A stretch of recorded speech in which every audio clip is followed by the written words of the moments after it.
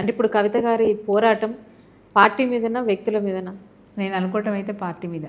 Party వ్యక్తులు అంటే తను హరీష్ రావు గారిని, సంతోష్ రావు గారిని టార్గెట్ చేసినారు. స్టార్టింగ్లో అట్లాగే మాట్లాడారు.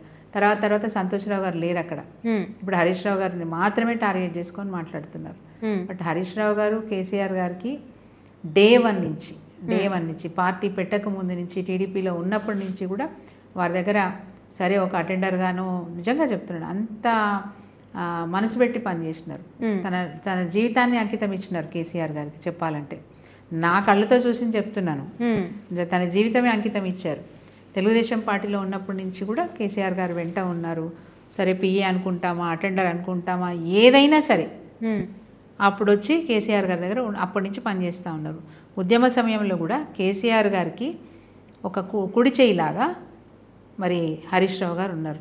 అది ఉద్యమ సమయం కావచ్చు, అధికారంలోకి వచ్చినాక కావచ్చు, ఎప్పుడైనా కావచ్చు, ఏ సందర్భమైనా కావచ్చు, ఏ ఒక్క నిమిషం కూడా కేసీఆర్ గారిని వదిలిపెట్టకుండా లేరు. కేసీఆర్ గారు ఏది చెప్తే దాన్ని చిరుసా వేయించి పనిచేసుకుంటూ వచ్చినారు. వారు చేసిన తప్పు అదా? కేసీఆర్ గారు కూడా అంత ప్రాధాన్యత ఇచ్చినారు. హరీష్ అని అంత ప్రాధాన్యత ఇచ్చినారు. తను ఏ స్థాయి నుంచి స్టేట్ మంత్రిగా చేసినారు. 2 సార్లు ఉమ్మడి ఆంధ్రప్రదేశ్లో మంత్రిగా పదవి ఇచ్చారు. కేసీఆర్ గారి పుణ్యమే కదా. ఆ తర్వాత కూడా వారికి మరి రాష్ట్రం వచ్చిన తర్వాత కూడా మంచి పదవులు ఇచ్చినారు. తెలంగాణ అభివృద్ధి విషయంలో హరీష్ రావు గారు అంతే కేసీఆర్ గారు ఎట్లయితే ఎక్స్పెక్ట్ చేసినారో దాని తగ్గట్టుగా పనిచేసినారు. సో అట్లాంటి హరీష్ రావుని ఈరోజు డ్యామేజ్ చేయడం వల్ల పార్టీకి కూడా చాలా నష్టం జరుగుతుంది. అంత ఈజీ కాదు హరీష్ రావు గారిని వదులుకోవటం అంటే. పార్టీ కూడా చాలా నష్టం.